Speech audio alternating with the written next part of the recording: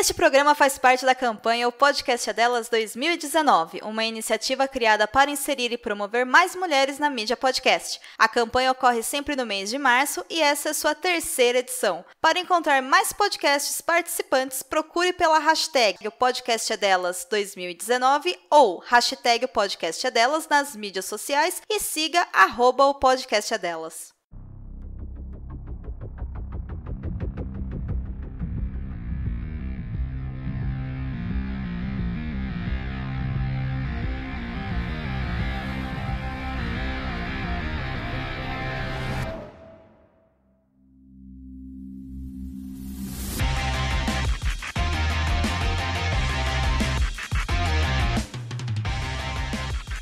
E estamos de volta com o BBcast, o seu podcast de automobilismo e outras nerds. No episódio de hoje vamos falar do E-Prix de Sanya, na China. Mas antes vamos agradecer aos nossos apoiadores, Ricardo Bannerman, Maia Barbosa, Eliezer Teixeira, Luiz Félix, Arthur Felipe, Thiago Bullet e Rafael Celone. Não deixe de acessar a nossa campanha no Apoia-se. A sua ajuda é muito importante para continuarmos com os trabalhos aqui no Boletim do Paddock. Porém, agora voltando ao E-Prix de Sanya, hoje aqui comigo eu tenho a Cíntia Venâncio e o Sérgio Milani. Bem-vinda, Cíntia. Oi, Rubens. Oi, Sérgio. Boa tarde, bom dia ou boa noite para quem tá ouvindo a gente agora.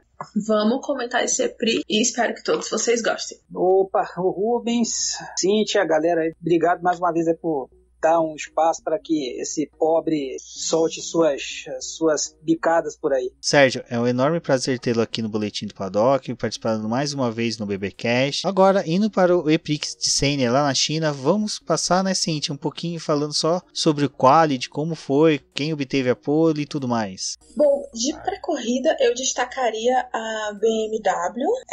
Eles começaram muito bem a temporada, depois meio que tiveram os resultados ruins. Aliás, ruins e alguns não tão bons. E aí eles conseguiram voltar com mais força agora lá na China.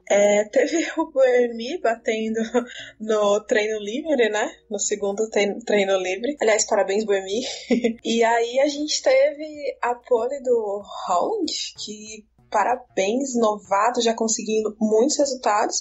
Destaque para a Nissan, que conseguiu colocar os dois carros na Super Pole, né? O Holland em primeiro, o Buemi em sexto, além da BMW, né? Como eu falei, que eles estão conseguindo voltar agora com um pouco mais de força. E aí teve também na Super Pole o Antônio Félix da Costa em terceiro e o Alexander Sims em quinto. Então, Sérgio, como a Cintia apontou, o Holland fazendo a pole já é um bom sinal de que temos um futuro campeão aí na categoria, porque ele tem garra, demonstrou bom desempenho aí no final de semana, mas na primeira volta nós tivemos alguns abandonos que foram surpreendentes, não foi? Sim, a gente teve ali já para começar, né, o nosso nem conseguiu largar, né, ficou lá no box, depois foi naquele ritmozinho. Mas tivemos a surpresa do abandono do Bird, né? O Bird logo ali no início já não conseguiu fazer um bom treino, né? Ficou lá pro pelotão do meio, né? Já do meio para trás. Talvez na ânsia ali de tentar recuperar a posição, se envolveu com o que nosso queridinho do Fanbush, né? Nosso Stoffel Vandoorne. Ficou logo no início, isso prejudica, né? O campeonato que tá ali antes da corrida, né? De sábado, você tá ali dividindo ali do primeiro ao quarto, tá com dois pontos de diferença, qualquer coisa do prumo acaba prejudicando. Então, acho que talvez um grande prejudicado, aí, o grande perdedor aí de Sanya foi o Sunbird, né, que acabou ficando para trás aí nessa disputa. E ainda aproveitando o gancho da Nissan, a gente tem observado que a Nissan vem crescendo nessas últimas etapas. Ela está dependendo de transformar essa melhoria de desempenho em resultado. Vemos já assim, já está se tornando constante, né? Ou o Buemi ou o Holland participando aí da Superpole, andando bem, e ele fez assim, uma ótima corrida. O Holland é um cara bom. Ele é um inglês assim que precisaria de um pouquinho mais de marketing, porque ele fez uma boa base, ele fez uma boa temporada de Fórmula 2, né? Foi bem decente ali, estava andando no grupo da frente, só que acho que talvez essa coisa do marketing, né? Coisa de marketing pessoal para ele, alguma coisa, ele foi ser piloto de desenvolvimento da Williams, né? Então isso hoje não é um bom lugar para ficar, né? Vamos combinar, infelizmente. Então isso aí também já está sendo uma boa chance dele mostrar o valor dele. E, olha só, eu também, gente, não tenho só o Lando Norris, entendeu? Tem eu aqui, olha, filma eu, né? Oi, mamãe, tá aqui também querendo mostrar que pode ser um dos grandes nomes aí do automobilismo inglês, aí, não só colocando Fórmula 1, mas de outras categorias. Concordo. Eu acho o Holland, ele vem realmente fazendo trabalhos muito bons. A gente tira na corrida passada ele conseguiu largar em segundo lugar e já assumiu a ponta lá na largada, né? Porque o Van Dorn dormiu e tal. E na corrida anterior ele tinha conseguido um quarto lugar e na largada ele já passou para segundo, entendeu? Então ele realmente mostra que ele é um piloto talentoso, apesar de jovem, e ele tem tudo para crescer aí. Voltando para a questão dos abandonos, o Sam Burge, ele foi muito prejudicado nessa corrida porque ele chegou na China como líder do campeonato, né? E aí, por não ter completado a prova e não ter conseguido nenhum ponto, ele agora está em quarto lugar do campeonato, né? Então ele caiu aí 3 posições numa única corrida. E também tem o Felipe Nasr, né, que foi o primeiro a abandonou na primeira volta ainda, problema no carro. Não achei aqui uma explicação concreta para o que aconteceu com ele, mas pena que a Dragon não está conseguindo entregar um bom carro para ele, porque ele é a terceira corrida, né, que ele participou. Na primeira ele chegou em último e nessa e na passada ele não completou. Então são 3 corridas com 2 abandonos e ele é o único piloto até agora que não conseguiu pontuar nada. Assim, todo mundo já tem pelo menos um pontinho, menos o Felipe Nasr. Aquelas, né, o Cíntia, Rubens e aqui o nosso ouvinte. A Dragon é um troço meio interrogação, né? Daí a gente vê que a gente se pergunta, né? Ou alguns os maldosos vão dizer: competência não é genética, né? Não vamos esquecer que o chefe da Dragon é o nosso Jay Penske. Por acaso você filho de um tal de Roger Penske, só um cara que tem uma equipezinha de fundo de quintal lá nos Estados Unidos. Uhum. O cara corre de corrida de rolimã lá. E tem, de certa forma, o apoio do grupo Penske, né? Ele é um dos... Lá, o trem de força é produzido por eles, né? Então a gente fica questionando, assim, que é um cara que, assim, um pessoal que tem, de certa forma, um grupo empresarial de automóvel, vamos colocar assim, interessante por trás, né? E não fica fazendo esse tipo de... Assim, até agora tá passando vergonha, de certa forma. Tudo bem, acho que na primeira etapa eles até foram razoavelmente bem, né? Lá na Arábia, mas depois, assim, tá sendo eu fiquei muito contente com essa coisa do... você tá voltando para monoposto, só que, assim, acaba queimando, né? Tudo bem que, assim, quem acompanha a categoria sabe que a Dragon é aquela coisa que pode acontecer a qualquer momento, né? Tem potencial, a gente está discutindo se tem potencial. Em princípio, dinheiro não é problema, mas falta aquela coisa para dar a qualquer momento. Ainda mais numa categoria como a Fórmula E, que está embolada, sabe assim, chega agora, não pode acontecer em Roma, da equipe ter um bom desempenho. Mas, automobilismo tem dessas coisas, não tem muito o que fazer, né? Mas só que vai ser chato se acontecer a Dragon andar bem em Roma, porque o Nasser não vai estar lá, né? O Nasser vai estar lá e vai estar andando de Ibsen, então vai voltar ao Guinter. Então vai ser... exatamente. Isso aí. E só fazendo aqui um adendo nessa questão dos abandonos e resultados ruins, eu tinha falado que o Nasser foi o único que não pontuou ainda, mas eu tô vendo aqui a tabela do campeonato. Não é só ele, tá? O Tom Dillman Daniel também não tá zerado ainda, não tem nada. E aí, falando em resultados ruins, vamos só falar aqui brevemente do Nelsinho, que ele só tem um ponto. O 10º lugar que ele conseguiu ainda na Arábia Saudita, primeira etapa. E depois nada. E as 3 últimas corridas ele também não conseguiu completar. Então, olha... Alguém está precisando de um banhozinho de sal grosso com os galinhos de arruda, porque não tá fácil. Não tá fácil. Mas pelo menos dessa vez, agora em Sanya, ele andou, pelo menos assim, que era uma coisa que o pessoal, né, cobrava, era justamente dele andar perto do Evans. Ele andou dali, o Evans e ele andaram juntos o tempo todo, né? Classificação, na corrida, se você for, entre aspas, o volta, você vai ver que eles andaram juntos o tempo todo. Então foi ali, foi, de certa forma, infelicidade dessa vez. Acho que assim, você vê que não foi uma coisa só com ele. O Evans também não desenvolveu esse fim de semana. Assim, tem que dar fazer a relativização. Tudo bem, é brabo. Ele tá aí batendo cabeça, né? Mas assim, dessa vez assim não foi uma coisa só com ele.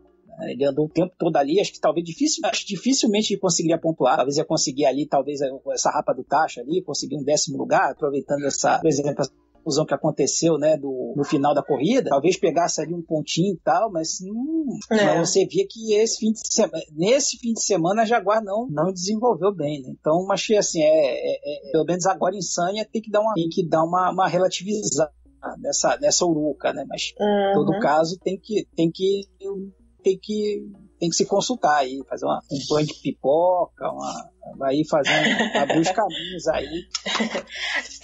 A gente, no off aqui, galera, a gente tinha combinado de fazer algumas curiosidades sobre a Fórmula E. Eu tava vendo, essa corrida de Sanya foi a que mais teve abandonos até agora, de todas as temporadas. Foram dos 22 carros que largaram, 7 não completaram. Então foi aí...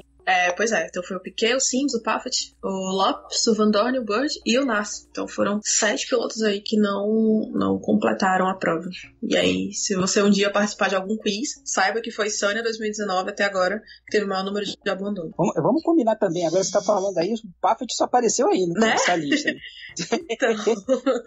Então... Não, o Paffett é um caso, como a gente até brincou aqui uma vez, o Paffett tinha um caso a ser estudado, né? Que eu acho que ele já quase se aposentou como piloto de teste da McLaren, né? Acho que talvez foi o piloto de teste que foi mais piloto de teste sem ter andado, era sensacional, né? Apesar de ser um bom piloto, ele lá do DTM, mandando bem demais, né? Ser um ótimo piloto, mas até nessa temporada ele não fez absolutamente nada. Eu só me lembro dele aparecendo, rodando lá em Santiago. É o máximo que eu me lembro dele. Agora, de resto, assim, de que vale a nota, talvez ali, acho que foi a classificação, se eu não estou enganado, acho que a classificação, acho que também é o Santiago, agora me lembro do México, ele também foi até razoavelmente bem. Mas fora isso, tá bravo, lascar a mamona no seu PF, fazendo verdadeiro só figuração. Pois é. Bom, no nosso último... Mas vamos voltar pra corrida, né? Exatamente. Vamos. E agora, realmente, voltando à corrida, vamos falar do modo ataque, né? Que na última edição eu critiquei que o local onde havia sido colocado o modo ataque no Prix do México tinha sido um local ruim para os pilotos poderem pegar, né? O modo ataque, ativar o modo ataque. E dessa vez, novamente, eles colocaram no lugar péssimo. Até o próprio Lucas de Graça adorou o local onde foi colocado, né, Cíntia? Acho que vale a pena a gente dar uma comentada sobre isso. Exato. Foi um lugar bem cretininho, assim, de colocar. Eu tô em dúvida se foi mais difícil. Se não tivesse sido mais difícil que na Arábia, foi tão difícil quanto. Então foi tão difícil quanto. Porque eu lembro que depois da corrida da Arábia, teve uma galera que reclamou bastante do local onde estava o modo ataque. Agora esse de Sanya, parabéns mesmo, de verdade, porque eu acho que a perda de tempo para você passar na zona de ativação do modo ataque, eu acho que devia ter sido uma das maiores, porque o lugar era realmente mais distante, e o Rubens falou do Lucas e realmente ele deve ter gostado um pouco mais do que os outros, só que não, porque ele acabou perdendo a ativação aí 2 vezes, porque ele não conseguiu fazer o caminho direitinho que precisava ser feito, né? Ele chegou a passar aí com uma roda fora da linha e por isso não conseguiu o modo ataque, só foi conseguir na 3ª vez. Esse ajuste deve ser feito para não ser tão difícil de conseguir, né? É para ser difícil, mas não tanto. A gente viu ali que os primeiros colocados, eles estavam muito próximos, tanto que eles demoraram muito a passar pela zona de ativação lá do modo ataque, porque se alguém saísse, com certeza ia perder posição e não ia conseguir recuperar, porque a pista de Sanya, parabéns para quem pensou naquela pista, que desgraça travada, que olha, o Verne merece muitos aplausos por ter conseguido aquela ultrapassagem, mas eu acho que o modo ataque não deve ser difícil de ativar desse jeito, entendeu? Senão meio que o diferencial ele perde o atrativo, né? O modo ataque foi uma inovação que veio para essa temporada que é muito boa. Eu gosto desde a primeira corrida, mas eu acho que não precisa ser tão difícil, né? O que você acha, Melania? Eu concordo contigo nesse aspecto. Eu acho que, assim, tudo bem que acho que eles tentam fazer uma questão de sensação, né? Já que eu vou ter mais 25, né, quilowatts de potência, né, mas dá um pouquinho, acho que dá 12% a mais de potência, eu tenho que dar uma compensada para, né, ele perde um pouquinho aqui, mas ele acaba para compensar o ganho mais à frente. Mas eu ainda vou mais. Eles têm que rever um pouco a questão justamente do rato em si, porque pelo que eles falaram no início, ia ser uma coisa seguinte, eles iam ver, quase pelo que deu a entender quando eles implantaram isso, ia ser uma coisa prova a prova. né? A gente vai ver cada prova, a gente vai ver onde a gente vai colocar, aí também a questão da duração desse, né, desse bônus aí que o piloto vai ter. E estabilizou, definiu-se que ia ser em 4. E hoje já está começando a ficar assim, o pessoal demorou um pouco a mecânica dele, começou a demorar pegar a mecânica, e agora está começando um pouco, já está ficando manjado. O pessoal já pegou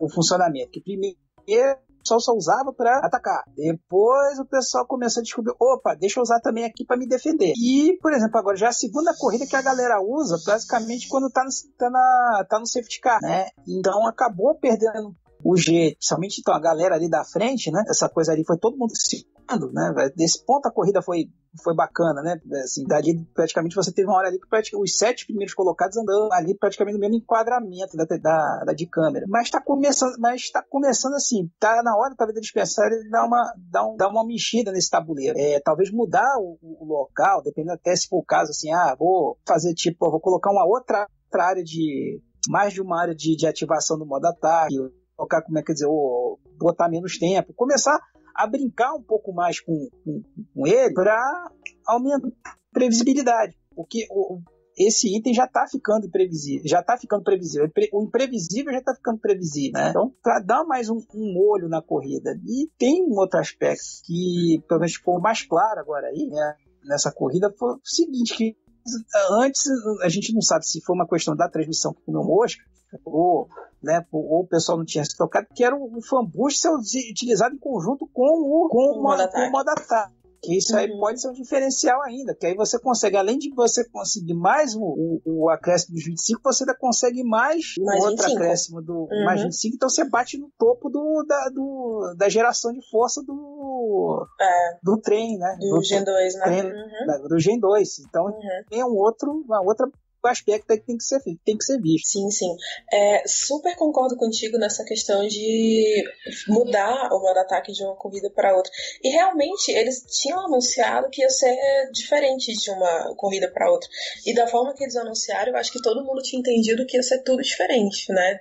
Não só o local das ativações, porque geralmente está ficando ali perto da curva 3... Entre as curvas 3 e 6 não vai muito disso. E aí, de repente, poderia ter, assim, o modo ataque em final de reta, que ia ser muito louco. Ou diminuir o tempo, realmente, 4 minutos. 4 minutos geralmente dá umas 2 voltas, né? Dependendo da pista. Então, colocar uma ativação só, porque todo mundo teve 2 em todas as corridas. Então, realmente tem que mexer aí um pouco acho que pra esse artifício, né? Cumprir com o papel dele, que é ajudar a dar uma mexida nas corridas. Porque senão entra numa zona de conforto, vamos dizer assim, e aí fica, como você falou, fica previsível, né? O momento em que o pessoal vai usar.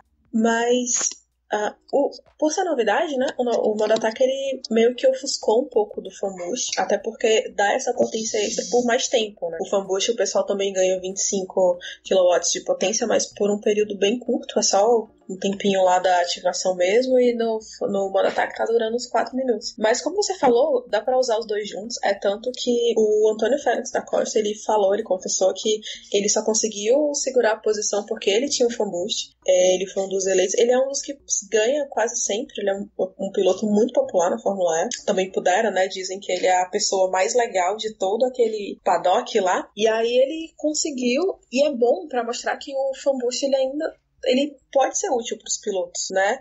A gente tem uma galera que ganha sempre, tipo o próprio da Costa, o Van Dorn, que desde que entrou tá em primeiro do fan boost em todas as corridas, né? Significa ponto pra ele? Não significa, até porque ele tem muitos resultados ruins, infelizmente, como a gente até já comentou aqui hoje e no outro podcast, mas no dia que ele conseguir aproveitar bem, eu tenho certeza que vai fazer diferença no desempenho do Van Dorn. Tudo bem. Entra naquilo que a gente tinha falado, né? Assim, pra ter um ganho bom, você tem que fazer algum tipo de sacrifício. Eu acho que essa parte até aqui é válido. Agora, eu acho que, por exemplo, em Sanya, o sacrifício foi grande demais. Até porque a pista, achei uma das mais travadas até agora. E como tá todo mundo junto, se você pensasse em ir, você ia perder a posição. Eu acho que com exceção do Verne, que ele conseguiu ainda se manter à frente porque tinha uma distância razoável, eu acho que o Felipe Massa, ele pegou a posição, ou ele pegou o modo ataque, perdeu a posição, mas conseguiu recuperar antes de completar a volta que ele tinha pego o mono ataque. E ele só conseguiu, ele perdeu uma e recuperou, mas se ele tivesse na frente, ele não teria perdido só um, ele teria perdido pelo menos uns 3, entendeu? Então, eu acho que é isso que a gente estava comentando há pouco. A ideia é legal, mas ela precisa ser melhor executada. Bom, saindo agora do fanbush, vamos comentar um pouquinho sobre a bandeira vermelha causada aí pelo acidente do Sims, que causou, né? Foi o divisor de águas da prova. Sim, isso aí foi um diferencial, assim, de certa forma, pro mal, né? De certa forma, porque a equipe de resgate ali é padrão trapalhões, né? Levou 502 anos, aí é uma coisa que a gente já aconteceu outras corridas já dessa temporada, não só dessa, mas em outras também, né? É uma equipe de resgate um pouco, vamos colocar assim, deixando a desejar, né? Na questão de retirar carro e tal. Ali na hora já era para ter tido, se for na Pedra dos Hipódromes, já era na hora, olha, pela posição, a direção de prova já poderia ter dito, olha, vamos colocar uma bandeira, a bandeira amarela aqui e tal, não precisava nem ter partido para a bandeira vermelha, né? Podia ter deixado ela ali, mas uma questão, uma equipe de apoio mais ágil ali tem que ter essa questão tranquilamente, né? Assim, acabou sendo um fator que baralhou de novo a corrida, né? Porque tava bacana ali, você via, mas a gente até colocou ali, né? Os 7 primeiros ali, bem juntos ali, colados, até pela configuração da própria pista. Sânia me enganou, porque o desenho da pista, eu falei, opa, acho que aqui vai ter pelo menos aí, acho que uns 2 ultrapassagens, aqui no final dessas partes mais retas, né, de velocidade, mas acabou que tecnicamente um ponto ali, mesmo assim tinha que botar um pouco a faca nos dentes para passar, que foi o que o Verne fez. Ali precisou botar um pouquinho de coragem na ponta do pé e na frente, senão, talvez ele, se fosse bombeiro, não teria conseguido passar. E aí também que o Sims tentou jogar e se lascou, né? Acabou aquela famosa coisa, só dá um na curva, acabou eles beijando o muro, né? Mas foi assim, então essa virada aí acabou sendo mesmo o definidor, e aí foi até nesse momento que o pessoal da frente aproveitou para usar o modo ataque, né? Ficou essa, vamos aqui usar para dentro. Não foi nem para uma questão de a posição, apesar de estar todo mundo junto ali, foi uma questão mesmo de defesa, já que todo mundo está usando, também vão usar, né? Meio que aquela famosa lei de trânsito, todo mundo a 60, eu vou andar a 60, se está todo mundo a 200, eu vou andar a 200. Então, foi mais ou menos nessa linha. Então ficou ali, parecia que assim, se criou aquela expectativa que talvez o pessoal ia para cima e acabou não acontecendo. Né? Exato. E, assim, realmente a Fórmula E ela tem que melhorar essa questão dos fiscais. Não é a primeira bandeira vermelha da temporada, não é a primeira vez que eles demoram a decidir a primeira bandeira, a bandeira vermelha, aliás, e não é a primeira vez que demoram na remoção do carro da pista. Então, assim, como o Milani falou muito bem, o carro ele ficou numa posição esquisita ali na pista. Claramente dava pra ver que ia atrapalhar os outros pilotos. Então, a bandeira vermelha deveria ter sido mais rápida, ou então a remoção mesmo poderia ter sido feita mais rapidamente, porque como eles estavam a princípio no Full Course Yellow com safety car, os pilotos eles tinham que andar no máximo com 50 km por hora. Então daria para fazer a remoção sim do carro do Sims, e assim, demorou 10 minutos para acontecer. O piloto ficou 10 minutos dentro do carro lá, só esperando a decisão da direção de prova. Então, eu acho que é o tipo de falha que, assim, o pessoal tem que se reunir, tem que ver e dizer, gente, olha, isso não pode mais acontecer.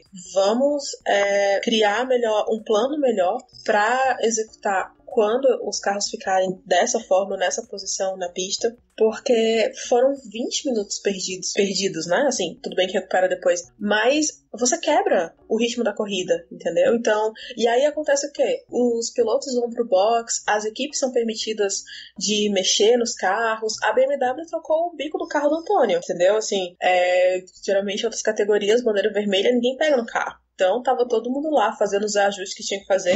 E esse tipo de coisa, isso influencia no resultado da corrida depois. Lembrando aquela do México, que a Nissan estava com os 2 carros, ia pontuar, ia ter pódio com os 2 carros, e no final ficou sem bateria, porque eles tiveram esse tempo de fazer ajuste, não fizeram ajuste, fizeram ajuste demais, e quando voltou para a corrida, chegou no final da corrida, os carros ficaram sem bateria e nem os carros pontuou. Ia ter pódio para os 2, né? Então, assim, isso precisa ser mais conversado, mais alinhado, porque é o tipo de erro que não dá para continuar acontecendo. Muito bem, Cíntia. E dentro desses erros que você apontou, acho que algo que a gente pode falar agora é referente às punições, né, que continuam a demorar a ser decididas. Durante a transmissão a gente vê que tal piloto está sendo investigado, mas só que a decisão só está vindo bem posterior à corrida, então eu acho que seria interessante a gente conversar um pouquinho sobre questões de punições, essa demora que a Fórmula E tem, a direção da Fórmula E tem em mostrar, né, em falar, em relatar, em trazer o resultado das punições. E uma ideia que acho que poderia ser pautada para eles é que eles pegassem um intervalo aí no meio da temporada ou pós-temporada e sentassem, conversassem, dialogassem referente a essas questões das punições, criassem mecanismos onde que ao ver uma infração, alguma falha de algum piloto, a punição fosse aplicada o mais rápido possível, porque tudo isso mexe com estratégia. O momento crucial é dentro da corrida, então você tem que ter foco exatamente na corrida e não se a punição vai ser aplicada ou não após a corrida e se isso vai modificar ou não o quadro, o resultado final. Exatamente. Principalmente nessas questões mais subjetivas, como o acidente, por exemplo, né? Então, durante a corrida a gente viu várias notificações lá aparecendo na tela de incidente envolvendo carro tal, entrou em investigação. E assim, acho que não deu nada, acho que só o Buemi foi punido depois, por causa do acidente, a gente vai falar daqui a pouco. Mas assim, o resultado demorou pra sair, ainda bem que ele tava mais do meio pro final do grid, dentro da zona de pontuação ainda, mais do meio pro final do grid. Não foi que nem na corrida passada, que o Sam Bird foi pro pódio, fez festa e tudo, e ele só soube 5 horas depois que tinha perdido os pontos do vencedor. Então, assim, realmente tem que decidir todo mundo, tem que reunir, junto com a FIA também, porque a fiscalização, a FIA tá envolvida, né? Então, você precisa criar regras, entendeu? E fazer com que essas coisas sejam decididas rápido, porque a corrida acaba muito rápido. A corrida de Fórmula E dura, sei lá, não dura 50 minutos, né? 45 minutos mais uma volta, 46, 47, dependendo da pista. Então, isso tem que ser tomado muito rápido, tem que ser decidido rápido, em respeito principalmente às equipes e pilotos, mas também para o público, né? Porque a gente assiste uma coisa e tem aquele resultado e fica feliz ou fica triste, e aí horas depois o resultado muda, aí você já fica feliz ou triste ou fica puto, entendeu? Então, assim, alguém precisa levantar e dizer, gente, a gente tem que organizar isso aqui, tá? É a 5ª temporada. Assim, já era pra ter noção de que tá muito redondo, entendeu? Não era mais pra tá acontecendo esse tipo de erro. O problema eu vejo, não é nem questão de falta de regra. A regra tem, a questão é a aplicação da regra, vamos colocar desse jeito. Porque você vê isso, assim, essa temporada tá ficando um pouco mais gritante, essa questão. As outras também já aconteceram no CML, e como você falou, é uma corrida de tiro curto, então tem que ser uma coisa assim, de aplicação mais rápida, é uma questão de sentar ali, como você colocou, FIA, as equipes, tal, nós vamos fazer essa, né? Porque assim, hoje a impressão que dá é que fica uma coisa assim, a gente vai ver, não sei o que, tal. Pelo menos já teve uma coisa mais rápida dessa prova, aparentemente, que aí você já teve lá, não só teve o Verne também, que teve a questão de avaliação, Félix da Costa também, que teve lá uma parte de investigação que não deu em nada, mas assim, é procurar aplicar mais rapidamente. Uma corrida de tiro rápido, assim, já falamos isso até no podcast passado, a Fórmula E tá virando um pouquinho já folclore isso, né? Não é, você já viu isso aí, né? Uma nem 2 vezes o pessoal falou, tá bom, teve a corrida, tá ok, daqui a quantas horas vai dar o definitivo, né? Então, dessa vez, como você falou, facilitou o Buemi está um pouco mais para trás, então não impactou ali no pódio alguma coisa, mas mexeu no resultado. E ainda teve também uma distribuição farta de de multa ali, né? A FIA vai ficar alguns €1.000 mais rica depois dessa corrida, porque foi 10 mil para lá, 2 mil euros para cá, foi uma beleza, baixou um espírito de guarda de trânsito ali que saiu no meio mundo. Acho que foi, então, se não tem nada, foi o Verne levou uma canetada, o próprio Félix da Costa, então teve uma galera aí que levou fundo. Repito, a questão regra tem, a questão é a velocidade da aplicação da regra. Vocês acham que eles discutem muito se vão aplicar ou não a regra, ou simplesmente é uma demora entre, tipo, assimilar que ali deveria ter sido aplicado uma punição? Sabe muito bem como é que é essa dinâmica interna. Pelo que já passou ali, a gente vê até já passando nas corridas, você tem ali o quê? Você deve ter quase 20 cabeças ali da direção de prova, né? Fazendo ali de comissário e tal. É uma cabeçada. Você não sabe se você tem que chegar a uma decisão conjunta ali, se você é uma coisa, o diretor de prova tem o poder de dar uma punição tem ali daquele comissários todos que estão ali, você tem que, obrigatoriamente, você tem que falar com alguns. Então, a dinâmica, se a gente não tem como dizer agora, né? Mas a impressão que dá é que, assim, se perde um pouco de, vamos ver, e a coisa vai, né? E você acaba perdendo o timing da situação. Acho que também você tem o seguinte, você não deve ficar preso se prender ao erro. Se você reconhecer que está errado e beleza, mas às vezes ser o famoso prudente demais, o ótimo acaba sendo o inimigo. Então, assim, teria que ver um pouco mais aí essa questão. Para mim, seria mais uma questão de velocidade de discussão e de aplicação. Não sei o que vocês pensam em relação a isso. Sim, claro, concordo. Realmente, a gente vê nas cabines de transmissão, durante a transmissão, que realmente tem muita gente. Então, pode ser que esteja faltando alguém para decidir, entendeu? A gente está mais acostumado com a Fórmula 1, então tem lá 3, 4 fiscais por corrida, uma quantidade menor de pessoas, e aí as decisões acabam saindo mais rapidamente. Então, se você sei lá, se você leva 2 minutos para ouvir a opinião de 4 pessoas, tanto de tempo que você não demora para consultar 20, 25, sei lá como é que funciona esse processo de decisão das punições.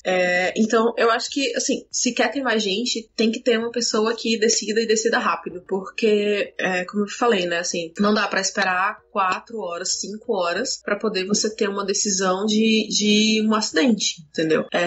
Tudo, assim, por mais que você precise analisar direitinho e tal, talvez possa ter uma coisa de recurso da equipe, do piloto, enfim, também não sei como é que funciona esse processo. Acho que vale até pra gente tentar ver lá com os nossos amigos repórteres se eles conseguem alguma informação pra gente, mas, assim, demorar 4, 5 horas pra tomar uma decisão é absurdo. Assim, Fórmula, eu te amo, mas precisamos conversar sobre isso.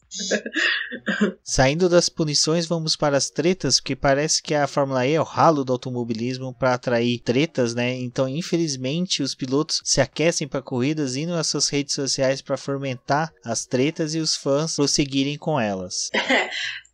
E aí, assim, não com muito orgulho, eu digo que os pilotos brasileiros, eles são, acho que eles são os que mais puxam essa questão de tretas entre pilotos. Às vezes com razão, às vezes com não tanta razão assim. Por causa desse acidente, né, a gente teve o Lucas de Grassi muito furioso depois da corrida. Assim que a corrida acabou, ele foi lá tirar satisfação com o Rob Franz. Ele disse que, eu não quero saber de quem é a culpa, eu só sei que tem que ser punido. Eu vou andar longe do Robin agora, porque eu não quero passar por isso de novo, que isso não é certo e tal. Fora o histórico dele com o Nelsinho, e aí o Nelsinho é outro também que não leva desaforo pra casa. Tem esses bastidores de treta, assim. Agora, tudo bem, ali no calor do momento, o Lucas de Grassi, ele já é meio esquentado, tava com sangue mais quente ainda. Só que foi acidente de corrida, né? Assim, eu acho que nessa corrida, até mesmo o acidente do Alexander Sims, e acho que também na própria batida do Sam Bird com o Van Dorn, foi tudo acidente de corrida. As punições acabaram saindo, mas eu não acho que nenhum deles tenha realmente tido intenção ou má vontade de alguma coisa que poderia ter evitado o acidente e não evitou. Eu acho que talvez um pouco o Buemi ali com o Franz, mas também não dá pra dizer. Mas por mais esquentadinho que o Lucas possa ter ficado, realmente foi acidente de corrida, né? Infelizmente, ele que foi o prejudicado da história. Só que a questão é que a gente tá vendo que tá tendo muito acidente de corrida, né? O pessoal tá, assim, tem onde que tá parecendo corrida de kart indoor, né? Você vê treta, tanto que a última treta que aconteceu foi justamente entre o Lotterer e o Bird, por conta da última corrida. O o Bud foi lá meio que pedir desculpa pro Lothario, o Lothario falou, eu não quero, não culpa dele, que não sei o quê, porque não é a primeira vez que isso acontece, tal e tal e tal. E nessa corrida mesmo, você viu que teve muito acidente, tiveram alguns toques ali que não dá pra botar só na conta de, o cara, eu tô freando depois dele, ele freou muito antes. Tem algumas coisas ali que poderiam ser evitadas. Acho que a FIA também tem um pouco de culpa nessa situação que vai se criando de treta, né? Treta, até de certa forma, é bom para chamar um pouco a atenção, né? Como agora o pessoal gosta de dizer bem, né? Pro storytelling da categoria, isso é bacana, mas assim, chama a atenção, mas por outro acaba poluindo, né? Acaba envenenando o clima. E tem que chegar também para eles meio que dizer o seguinte, olha, garotada, seguinte, é bacana, acho que chama a atenção, a categoria bate muito nessa questão de competitividade, mas o pessoal tá confundindo competitividade com falta de noção. Tem algumas situações que você vê que um cara, um piloto profissional, tá passando daquele jeito. Se você for ver uma corrida ali de amador, por exemplo, a corrida que eu faço, você vai dar punição e você vai entender, você olha que o cara não fez por mal. E tem muitos casos aí que você vê que o cara não faz por mal, mas são situações que poderiam ser evitadas. Então passa também uma coisa de, como é que dizer, em briefing, a coisa FIA chegar e olha, vamos baixar um pouco a bola. E fazer aquela coisa de juiz de futebol sair distribuindo amarelo. Distribuindo amarelo e, se for o caso, até distribuir vermelho. Que aí pra galera, peraí, vamos sossegar. Eu acho que é bacana, a coisa tá disputada, nós chegamos aí, a melhor coisa, o maior exemplo disso, nós tivemos o 6º vencedor diferente em 6 corridas, mas você nota isso também. Aí é outro aspecto também que a galera começa a discutir. Isso é o quê? É corrida de demolição, né? Bate-bate. Aí você começa a fazer aquela coisa, vou começar a fazer tudo bem que o automobilismo de certa tem contato. Tem algumas coisas que tem contato. Você vai ver NASCAR, você vai ver estoque, vai ver algumas coisas, principalmente turismo, tem contato. Faz parte da corrida. Mas aí, no caso da Fórmula E, tá passando o limite. Então, também já é uma outra pessoal verificar para não, além dessa questão das punições, para não descaracterizar. Senão, eles dizer mesmo, não, a Fórmula E é entretenimento. Já começa uma série de pessoas aí falando, um monte de gente, de pessoas não, Fórmula E tem que decidir se ela é competição ou é entretenimento. E vai dando esse tipo de coisa, vai dando, alimentando esse discurso de quem acha que Fórmula E é entretenimento, não é competição, né? Então tem que ser vista com cuidado redobrado para que você consiga mantendo essa vibe crescente da categoria, porque senão daqui a pouco vai começar assim, aquela coisa o negócio meio, como é que eu dizer, gonzo, né? Coisa meio freak, é uma categoria freak, né? O bacana dela é porque ela é uma categoria freak, não é porque ela é disputada, porque ela tá se falando aí, tá desenvolvendo tecnologia, tá aí na ponta de uma série de situações. Não, ela vai ser uma categoria que porque tem corrida, tem não sei o que, tem. Então, é o famoso buscar o equilíbrio. Sim, exato. Realmente, e o caminho era isso que a gente estava falando, né? De descobrir onde é que estão as falhas onde estão as falhas, né? E corrigir. Então tem que buscar como ser mais assertivo, como ser mais ágil, como comunicar melhor, como fazer, que mudanças são necessárias, como fazer, quando fazer, e executar bem. Lógico. Agora você estava falando sobre competitividade. Realmente, eu acho que eu talvez possa até ter tido alguma outra categoria com esse nível de equilíbrio, mas eu confesso que eu desconheço, porque a gente até estava brincando aqui a questão do 666, porque realmente são 6 etapas que tiveram 6 vencedores diferentes, de 6 equipes diferentes, de 6 pole positions diferentes. Então, assim, a categoria esse ano, ela tá muito equilibrada. Eu acho que dentro da pista, o que os pilotos estão fazendo é uma coisa que, assim, é questionável, entendeu? Por mais ter uma batidazinha aqui, outra colar e tal. Eu acho que os problemas dessa temporada, eles estão fora da pista. A questão de organização, a questão de fiscalização, essas coisas. Porque a parte do espetáculo, do entretenimento, que é, digamos assim, função dos pilotos, ela está sendo cumprida com louvor, né? A parte técnica de competição, se é que a gente pode dividir assim também, né? Sei lá, posso estar viajando. E aí, não sei o que você acha, Milani. Mas se a gente puder dividir entre deixar o espetáculo pilotos e a parte de competição e de organização pra quem fica de bastidor, né? A parte de organização mesmo da categoria, é aqui que tá a falha, entendeu? Então é aqui que eles precisam ver como faz pra mudar. Sim, aí coisa, acho que tá faltando traquejo aí. É meio que aquela coisa seguinte, tá faltando ação. É o que a gente vendo de fora, né? A gente chega a essa conclusão. Tá faltando ação, tem que ser mais tiro curto. Não dá pra ser uma coisa como por exemplo, uma Fórmula 1, uma outra que você tem uma coisa de 1h30, então não dá pra como tá faltando ação, tá faltando experiência aí, que tem que chegar e dar essa vida. Aí seria interessante mesmo pegar alguém de mais. Aí confesso que já é orelhada, tá? Eu não sei exatamente ali a situação, mas a impressão que dá é que teria que pegar gente com mais rodagem de automobilismo para frente disso, porque aí você já com a experiência você consegue até de chegar a uma conclusão mais rápida e não mexer tanto ou ser mais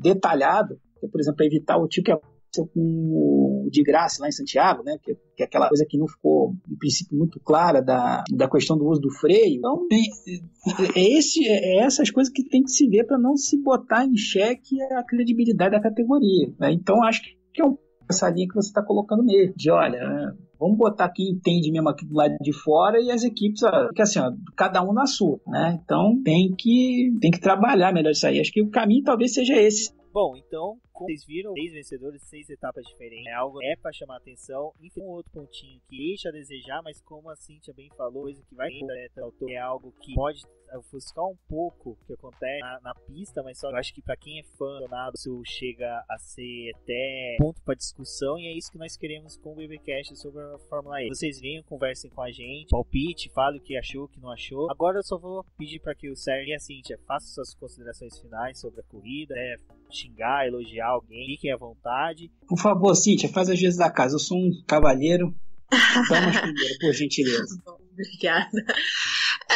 Gente, é isso. Obrigada por ter escutado a gente mais uma vez. Nosso segundo BPcast sobre a Fórmula E. Tomara que venha mais. E aí já convido o Milani para as próximas edições, que a gente também não sabe quando vai ser. Então, quando você menos estiver esperando, tem um BPcast aí rolando sobre a Fórmula E. Obrigada. Mais uma vez agradecer ao Rubens pelo espaço que ele dá pra gente, por ter comprado a ideia de falar sobre a Fórmula E. É muito legal ter mais um espaço pra gente conversar sobre isso. E me segue lá no Twitter, Cindy com Y_VX. Todos muito bem-vindos. Qualquer momento pode comentar lá, sempre que dá eu respondo todo mundo. E é isso, a gente vai se falando. Beijos. Obrigado, Milani. Obrigado, Rubens. Até a próxima. Falou. Bom, também agradecer mais uma vez aí pelo convite. É muito bacana ter esse espaço falando sobre Fórmula E. É uma coisa aí que, queiram ou não, tá ganhando espaço.